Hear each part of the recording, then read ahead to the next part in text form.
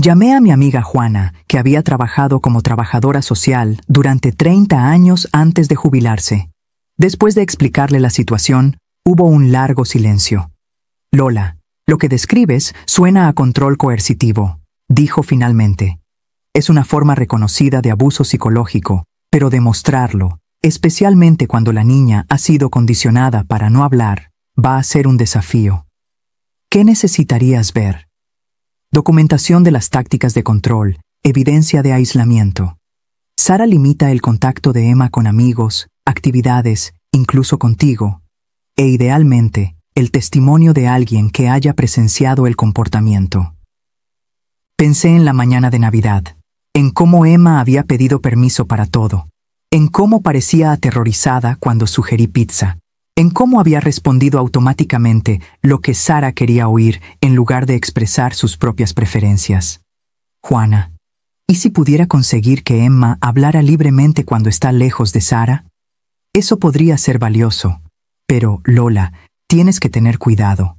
Si Sara se entera de que estás reuniendo pruebas, podría cortarte el acceso por completo, y esa niña necesita al menos un defensor en su vida. Después de colgar, tomé una decisión. Iba a luchar por Emma, pero iba a hacerlo de forma inteligente.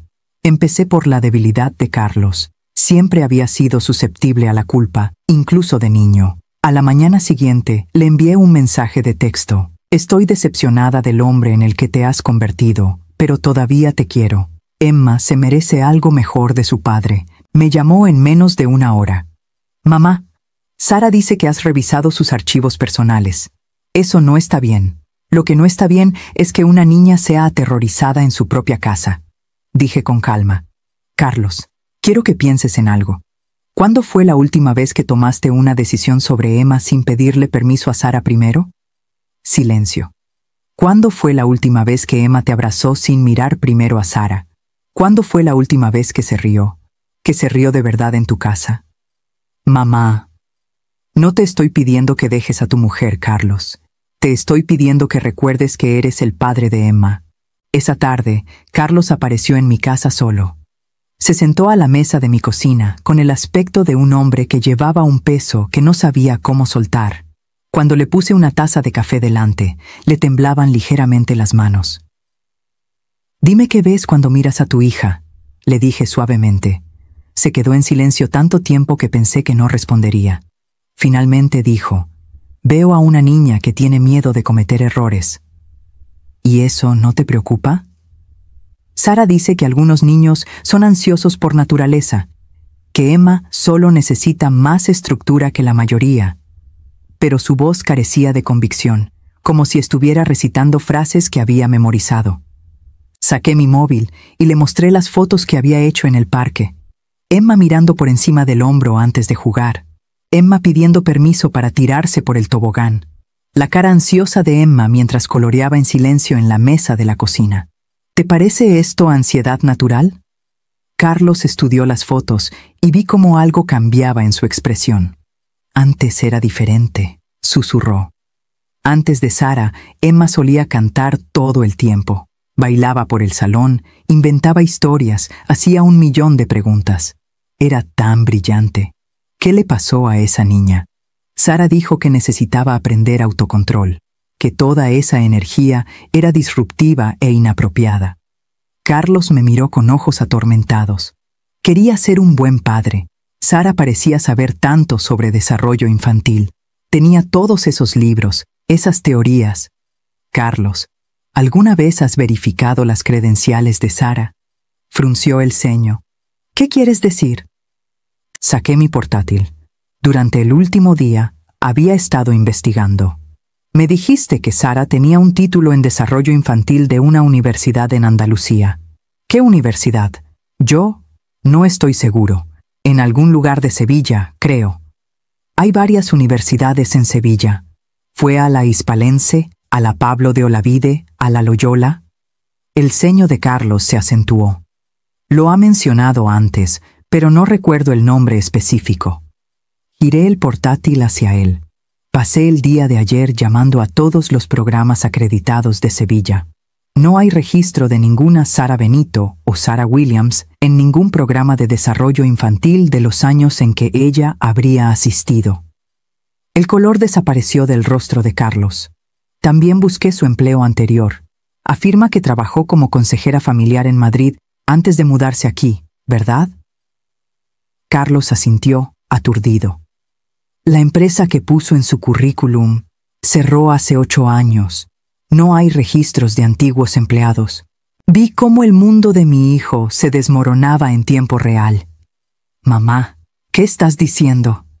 Estoy diciendo que tu mujer te ha estado mintiendo sobre sus cualificaciones desde el principio. No tiene formación en desarrollo infantil, Carlos. Ha estado experimentando con tu hija con técnicas que aprendió de Dios sabe dónde. Carlos se cubrió la cara con las manos. ¿Cómo he podido ser tan estúpido? Confiaste en alguien a quien querías. Eso no es estúpido, hijo, pero ahora sabes la verdad. La pregunta es, ¿qué vas a hacer al respecto? Cuando levantó la vista, vi un destello del hombre fuerte que había criado. Necesito proteger a Emma. Fue entonces cuando supe que por fin estábamos en el mismo bando. Carlos y yo pasamos los siguientes 3 días planeando. Él empezó a documentarlo todo. Los comportamientos controladores de Sarah, las respuestas temerosas de Emma, las reglas rígidas que gobernaban cada aspecto de su vida familiar. Más importante aún, empezó a resistirse de pequeñas maneras. Cuando Sarah insistió en que Emma comiera sus verduras en un orden específico, Carlos sugirió que podía comerlas como quisiera. Cuando Sarah criticó a Emma por tararear mientras jugaba, Carlos le dijo a Emma que su tarareo era precioso. La reacción de Sarah fue rápida y reveladora. Empezó a atacar a Carlos más abiertamente, cuestionando su juicio, socavando su autoridad con Emma, amenazando con encargarse ella misma de las cosas si él no podía mantener una disciplina apropiada. Pero el gran avance llegó al 4.º día, cuando Carlos recogió a Emma del colegio y la llevó a mi casa sin decírselo a Sarah. Emma entró en mi salón como si entrara en un campo de minas. Sus ojos se movían nerviosamente. «No pasa nada, cariño», le dije suavemente. «¿Quieres unas galletas? He hecho de chocolate». Miró a Carlos. «¿Puedo?» «Puedes comer todas las que quieras», dijo Carlos con la voz quebrada. Observé a mi nieta comer galletas como si nunca hubiera probado algo tan maravilloso en su vida.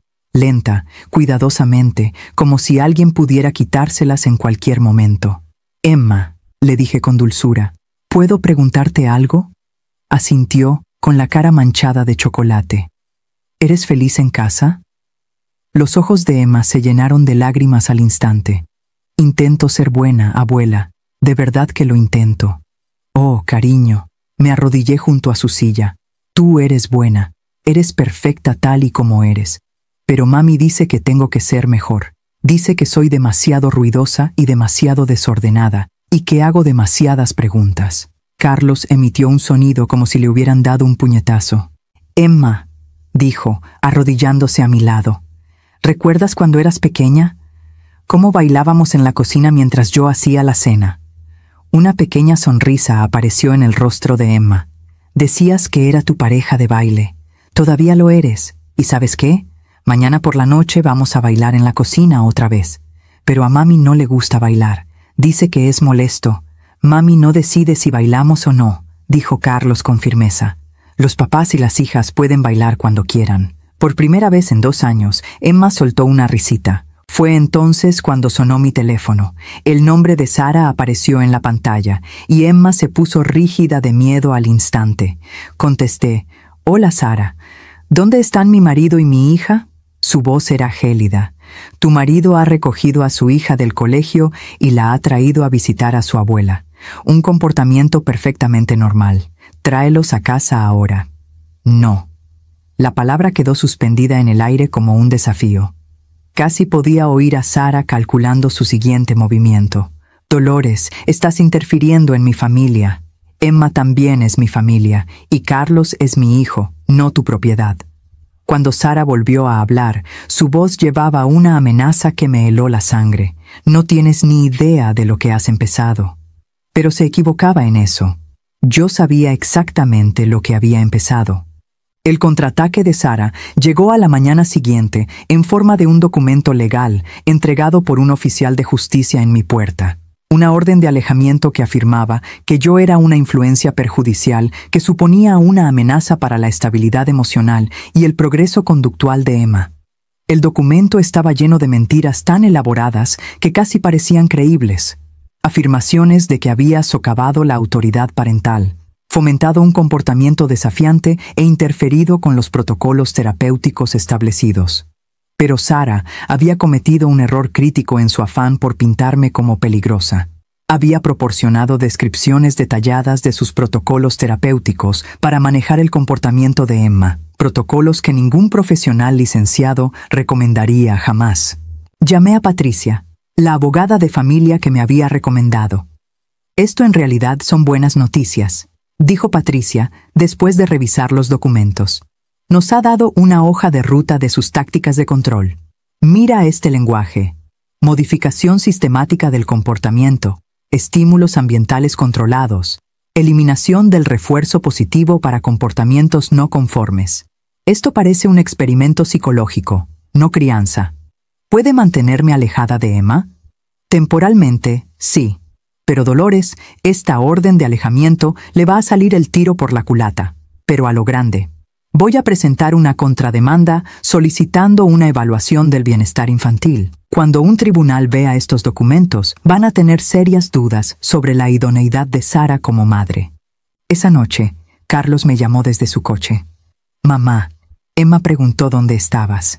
Cuando le conté lo de la orden de alejamiento, se puso a llorar. Dijo que sentía haber hecho enfadar a mami. Se me rompió el corazón. Carlos, esa niña piensa que es culpa suya. Lo sé, y Sara, mamá, ha empeorado desde ayer. Está vigilando a Emma constantemente, criticando todo.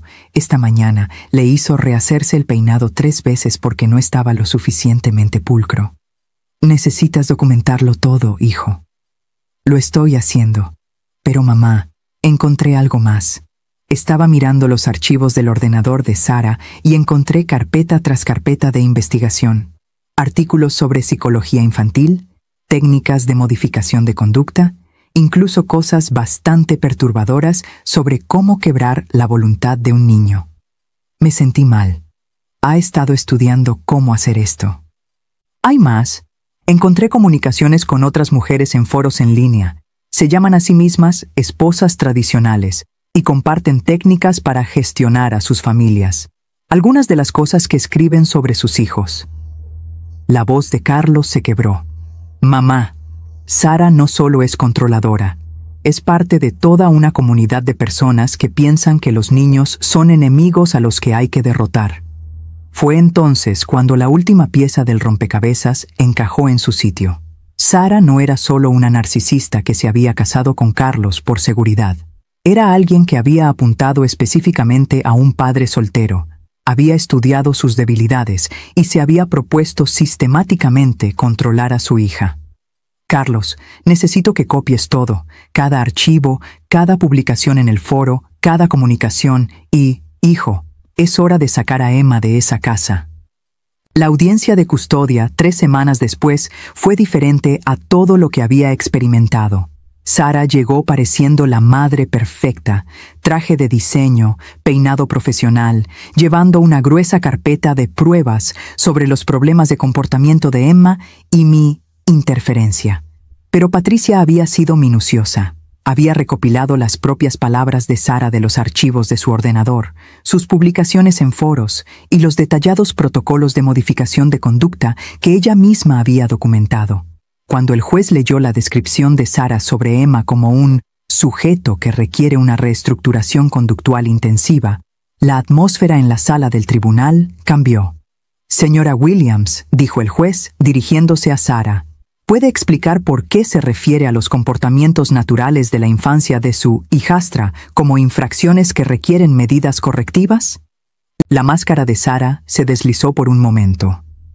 Los niños requieren estructura, señoría. Emma exhibía numerosos comportamientos problemáticos cuando me casé con su padre, como llanto excesivo, demanda de atención, negarse a seguir instrucciones básicas. ¿Qué edad tenía Emma cuando ocurrieron estos comportamientos? 3. Pero la edad no es una excusa para... Señora Williams, interrumpió el juez. Esos son comportamientos apropiados para el desarrollo de una niña de 3 años. Patricia presentó entonces las pruebas de las mentiras de Sarah sobre sus credenciales, su aislamiento sistemático de Emma y, lo más condenatorio de todo, sus propias palabras de los foros en línea describiendo a los niños como pequeños tiranos que necesitaban ser domados como caballos salvajes. Cuando llamaron a Emma para hablar en privado con la defensora del menor designada por el tribunal, se me rompió el corazón por lo que estaba pasando. Pero cuando salió de ese despacho, algo había cambiado en su postura. Por primera vez en meses, me miró directamente y sonrió. El fallo del juez fue rápido. Custodia temporal para Carlos con visitas supervisadas para Sarah, supeditadas a que complete clases de crianza y una evaluación psicológica. La orden de alejamiento contra mí fue desestimada con costas. Pero la verdadera victoria llegó más tarde esa noche, cuando Carlos trajo a Emma a mi casa para cenar. Mientras preparaba sus macarrones con queso favoritos, la misma comida que Sarah había prohibido por ser nutricionalmente inapropiada, Emma empezó a tararear. «Papá», dijo, «¿podemos bailar mientras la abuela cocina?» Los ojos de Carlos se llenaron de lágrimas.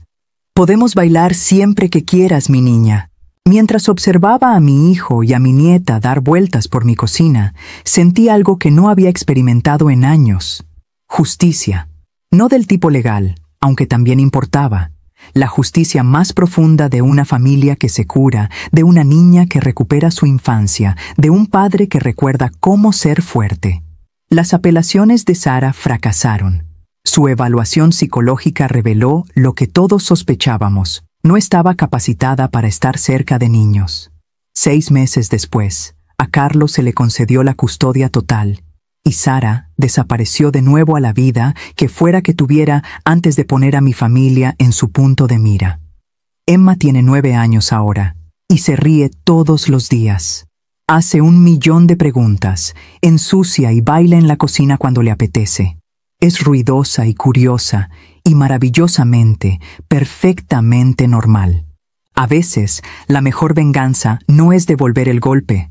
A veces, es salvar a alguien que no puede salvarse a sí mismo y verlo florecer de nuevo en quien siempre estuvo destinado a ser. La niña que temblaba en la nieve aquella Nochebuena es ahora una niña segura y feliz que sabe que es amada incondicionalmente. ¿Y su abuela? Bueno, aprendí que ser subestimada puede ser la mayor ventaja de todas. Gracias por escuchar.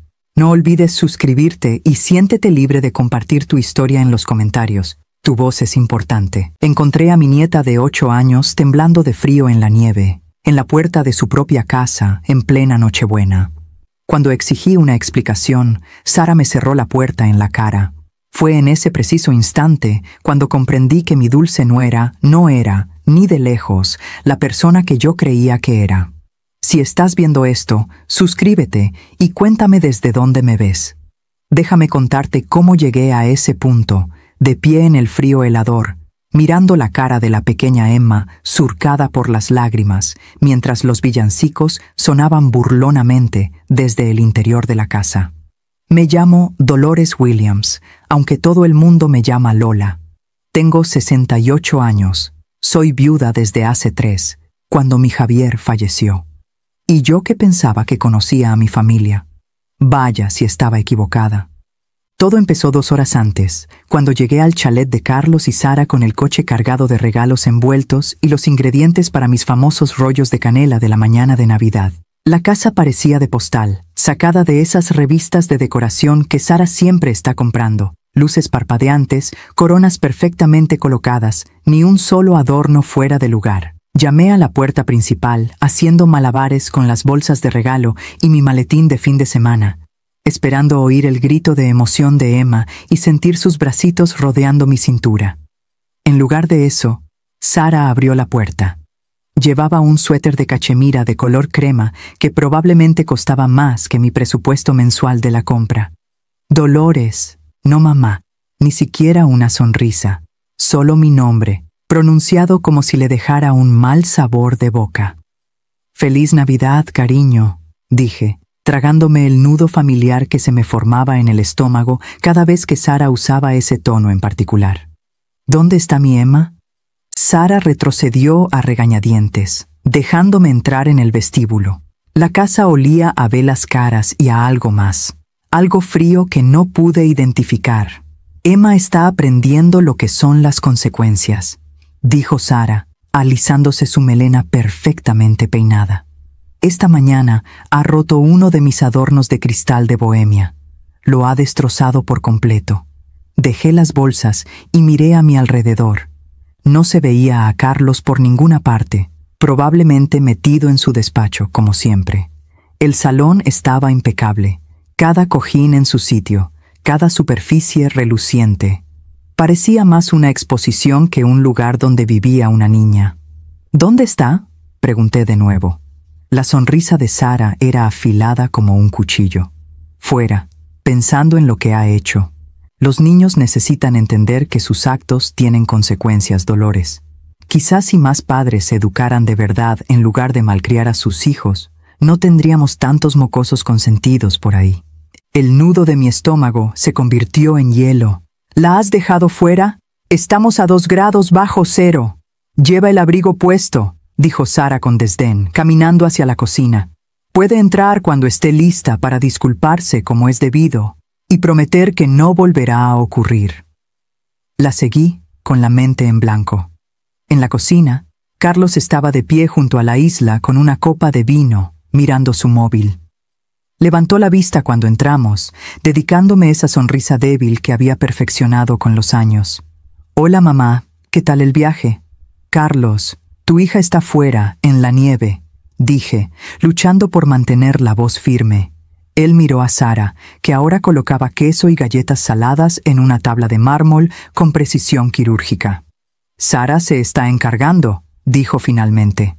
«Emma necesita aprender a respetar las cosas de valor». Fue entonces cuando supe que algo iba muy mal en esa casa perfecta. Fui directa a la puerta trasera sin decir una palabra más.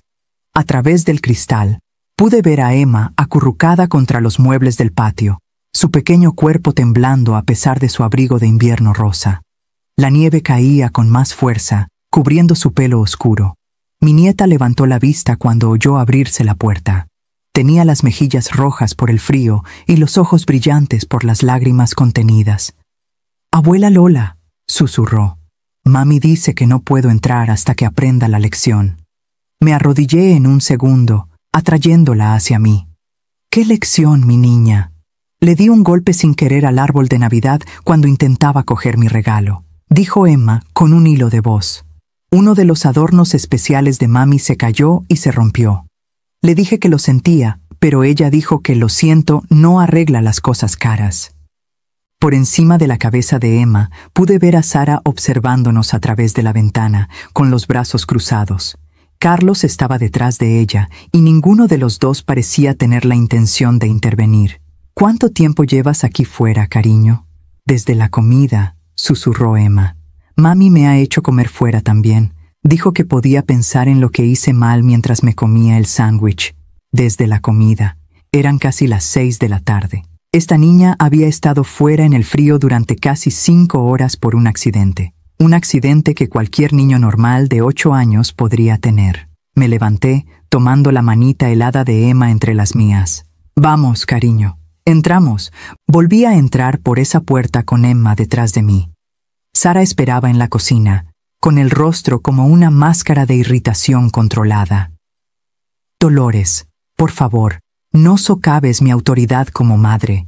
Emma necesita entender». «Lo único que Emma necesita entender es que se la quiere», dije, con una voz más cortante de lo que pretendía. «Carlos, ve a prepararle un baño caliente a tu hija ahora mismo». Carlos miró alternativamente a Sara y a mí, como un ciervo deslumbrado por los faros. «Quizá deberíamos calmarnos todos». ¿Calmarnos? Sentí que algo dentro de mí se rompía. «Tu hija de 8 años ha estado fuera a temperaturas bajo cero durante 5 horas porque rompió accidentalmente un adorno. No hay nada de calmado en eso», La máscara de Sara se deslizó ligeramente. Ese adorno costaba 400 euros, Dolores. Era una pieza de edición limitada de la colección de Navidad de Bohemia. Emma necesita entender que el descuido tiene consecuencias reales. Tiene 8 años, que ya es edad suficiente para tener más cuidado, replicó Sara. Quizás si la gente dejara de tratar a los niños como si fueran de cristal, desarrollarían algo de sentido de la responsabilidad. Miré a Carlos, esperando que defendiera a su hija, que mostrara, aunque fuera una chispa del hombre que yo había criado, que defendiera lo que era justo. En lugar de eso, tomó otro sorbo de vino y se quedó mirando el móvil. Fue entonces cuando comprendí lo que realmente estaba viendo allí. Llevé a Emma arriba, le preparé un baño caliente y la ayudé a quitarse la ropa húmeda. Mientras la envolvía en una toalla mullida, me miró con esos grandes ojos marrones que tanto me recordaban a Carlos a esa edad. ¿Estoy en problemas, abuela? No, cariño, no estás en problemas. Le aparté el pelo oscuro de la cara. A veces los mayores también cometen errores. A veces se olvidan de lo que es realmente importante. Mientras Emma se bañaba, llamé a mi mejor amiga Marga desde el pasillo. Contestó al segundo tono. Lola, ¿qué tal la Nochebuena en la casa perfecta?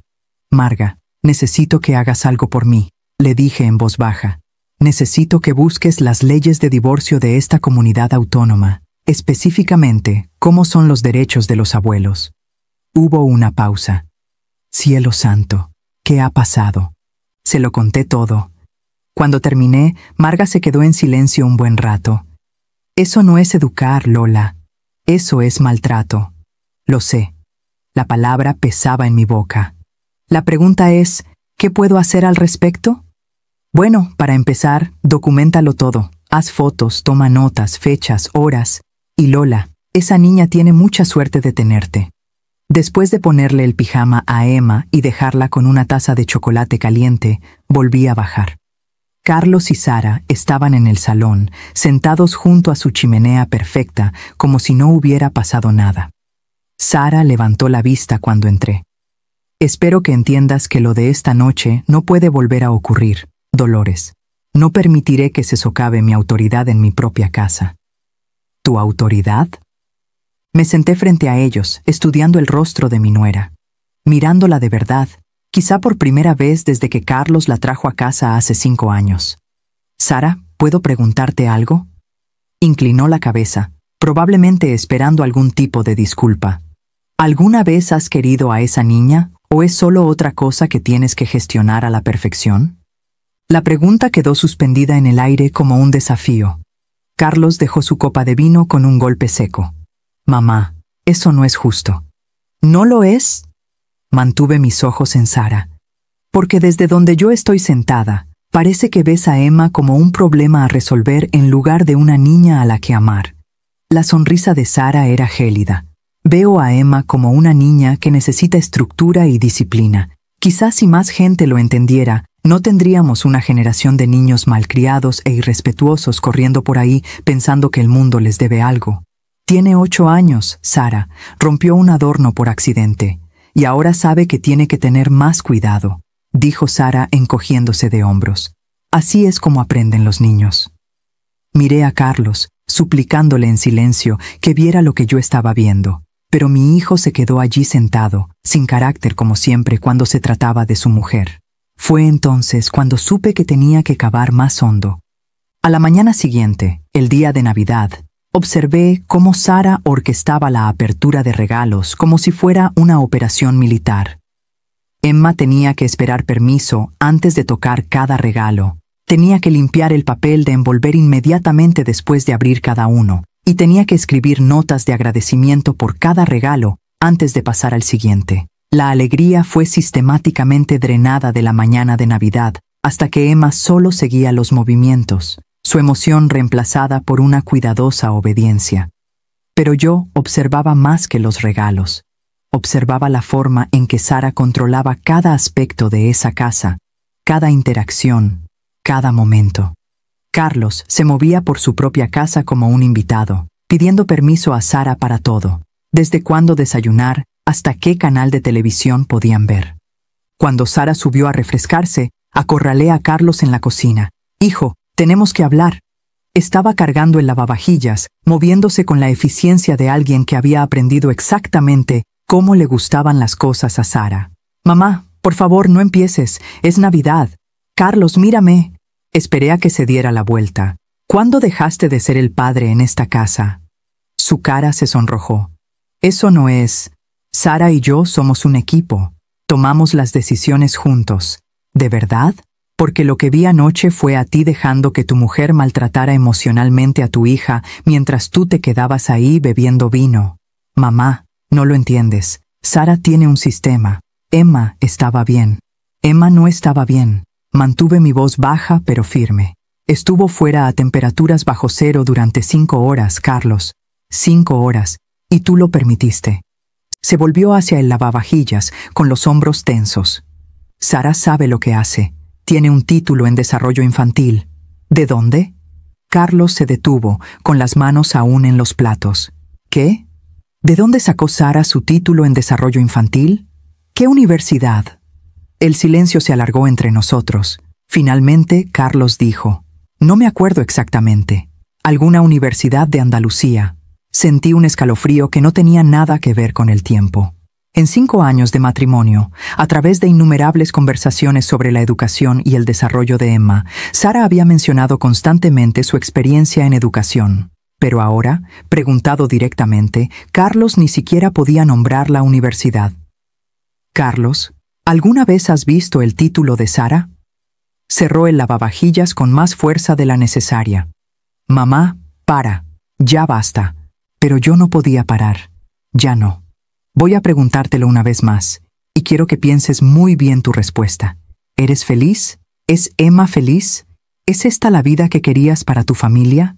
Cuando me miró, vi algo que no había visto en años, un destello del hijo que había criado, el que solía enfrentarse a los matones en el patio del colegio. A veces me lo pregunto. Susurró tan bajo que casi no lo oí. Fue entonces cuando supe que mi verdadero trabajo acababa de empezar. Esa tarde, mientras Sara estaba ocupada organizando sus regalos de Navidad por categorías y Carlos veía el fútbol en su estudio, me ofrecía llevar a Emma al parque. Sara aceptó, probablemente contenta de tenernos fuera de su entorno perfectamente controlado. Mientras Emma jugaba en los columpios, me senté en un banco y llamé a mi amiga Patricia, que trabajaba en un juzgado de familia. Patricia, hipotéticamente, si alguien sospechara que un niño está siendo maltratado emocionalmente, ¿cuáles serían los primeros pasos? Documentación, dijo de inmediato. Fotos, grabaciones si es legal en tu comunidad, testigos. Pero, Lola, tienes que tener cuidado. Si esto llega a los tribunales y no tienes pruebas sólidas, podrías perder todo acceso a esa niña. Mientras Emma jugaba, empecé a hacer fotos. No de Emma divirtiéndose, sino de su comportamiento. La forma en que miraba por encima del hombro constantemente, comprobando que no estaba haciendo nada malo. Cómo pedía permiso antes de tirarse por el tobogán. La forma ansiosa en que se mordía el labio inferior. Estos no eran los comportamientos de una niña de 8 años segura y feliz. Cuando volvimos a casa, hice mi jugada. Sara, estaba pensando, Emma ha sido una niña muy buena hoy. Quizá podríamos pedir su pizza favorita para cenar. Sara levantó la vista de su hoja de cálculo de inventario de regalos, codificada por colores. Emma no tiene comidas favoritas, Dolores. Come lo que es nutricionalmente apropiado para su edad y nivel de actividad. Nunca ha mencionado que le guste ninguna comida en particular. No cedo a los caprichos de los niños, dijo Sara con naturalidad. La alimentación emocional es como la gente desarrolla relaciones poco saludables con la comida. Miré a Emma, que estaba sentada tranquilamente en la mesa de la cocina con un libro para colorear. ¿Qué te gusta comer, cariño? Emma miró rápidamente a Sara antes de responder. Lo que hace mami está bueno. Pero capté la mirada anhelante que le dirigió al imán de la pizzería en la nevera. Más tarde esa noche, mientras Sara estaba en su llamada telefónica nocturna con su hermana, una conversación que siempre parecía implicar muchas quejas sobre lo difícil que todos los demás le hacían la vida, hice algo que nunca había hecho antes. Entré en el despacho de Sara. El escritorio estaba tan organizado como todo lo demás en la casa. con carpetas etiquetadas y sistemas de archivo codificados por colores. Pero fue lo que encontré en el cajón inferior lo que me heló la sangre. Una carpeta etiquetada como «Problemas de comportamiento de Emma». Contenía notas detalladas sobre las infracciones de Emma desde hacía 2 años. Hablar demasiado alto durante la cena, dejar juguetes fuera, llorar cuando se la disciplinaba, no cumplir inmediatamente las instrucciones. Cada entrada estaba fechada y descrita en un lenguaje clínico, como si Emma fuera un problema a resolver en lugar de una niña a la que amar. Pero fue la nota al final de la última entrada la que me hizo sentarme de golpe en la silla de diseño de Sara. Considerando estrategias de modificación de conducta más intensivas, Carlos sigue siendo demasiado permisivo. Puede ser necesario limitar su influencia en la disciplina de Emma. Hice fotos de cada página con mi móvil. Mis manos temblaban ligeramente. Fue entonces cuando oí pasos en el pasillo. «Dolores, ¿qué estás haciendo aquí?» Levanté la vista para ver a Sara de pie en la puerta, su expresión indescifrable. En ese momento tomé una decisión que lo cambiaría todo. «Buscando la verdad», dije con calma, cerrando la carpeta, pero sin ocultar lo que había estado haciendo. Y creo que la he encontrado. Sara entró en la habitación, cerrando la puerta tras de sí. Cuando se volvió hacia mí, la máscara había desaparecido por completo. Lo que vi en sus ojos no fue ira ni vergüenza, fue cálculo. «No tienes ni idea de con qué estás lidiando», dijo en voz baja. Esa niña era un monstruo cuando conocí a Carlos. Malcriada, indisciplinada, completamente fuera de control. He pasado 5 años convirtiéndola en un ser humano civilizado. Emma tenía 3 años cuando te casaste con Carlos. Exacto, edad suficiente para haber desarrollado hábitos terribles por la crianza permisiva de Carlos y tus mimos de abuela. Sara se acercó. Su voz nunca se elevó por encima de un susurro. ¿Sabes lo que hacía Emma cuando no se salía con la suya? Tenía unas rabietas de gritos, le pegaba a Carlos, se negaba a comer nada que no fueran nuggets de pollo o macarrones con queso. Era una niña pequeña, Sara. Eso es un comportamiento normal. La risa de Sara fue hueca. El comportamiento normal es lo que crea adultos consentidos que piensan que el mundo gira a su alrededor. He pasado 5 años rompiendo esos patrones, enseñando a Emma autocontrol y respeto. Y ha funcionado. Pensé en la niña ansiosa que pedía permiso para tirarse por un tobogán. La has aterrorizado hasta la sumisión. «Le he dado estructura», dijo Sara con firmeza. «Algo que necesitaba desesperadamente. ¿Y a Carlos también le has dado estructura?» Algo parpadeó en los ojos de Sara. Carlos es un hombre débil que necesitaba una mujer fuerte que cuidara de él. Gana buen dinero, es razonablemente atractivo y no hace demasiadas preguntas. Es un acuerdo mutuamente beneficioso. La frialdad de su voz me dio escalofríos. No los quieres en absoluto, ¿verdad? Sara inclinó la cabeza ligeramente, estudiándome. El amor es una reacción química que lleva a tomar malas decisiones. Yo proporciono estabilidad, gestión financiera y estatus social. A cambio, tengo una vida cómoda y una hija que crecerá para ser un miembro productivo de la sociedad en lugar de otra mocosa consentida. Emma no es un proyecto, Sara. Es una niña pequeña. Emma es exactamente lo que yo he hecho de ella, dijo Sara. Y no vas a deshacer 5 años de trabajo cuidadoso con tus tonterías sentimentales. Me levanté, con la carpeta aún en mis manos. Ya veremos. Fue entonces cuando Sara sonrió, y me di cuenta de que acababa de declararle la guerra a alguien que había estado planeando batallas desde antes de que yo supiera que estábamos luchando. «Dolores», dijo amablemente, «creo que es hora de que te vayas a casa». Sara hizo que Carlos me escoltara fuera de la casa como si fuera una delincuente, pero cometió un error crucial. Subestimó a una abuela que había estado planeando su siguiente movimiento desde el momento en que encontré a Emma temblando en esa nieve. El viaje a casa me dio tiempo para pensar con claridad por primera vez en 2 días. Sara no solo era controladora, era peligrosa. Y Carlos, mi propio hijo, era demasiado débil o estaba demasiado asustado para proteger a su hija. Eso me dejaba a mí. Extendí todo sobre la mesa de mi cocina como un detective trabajando en un caso.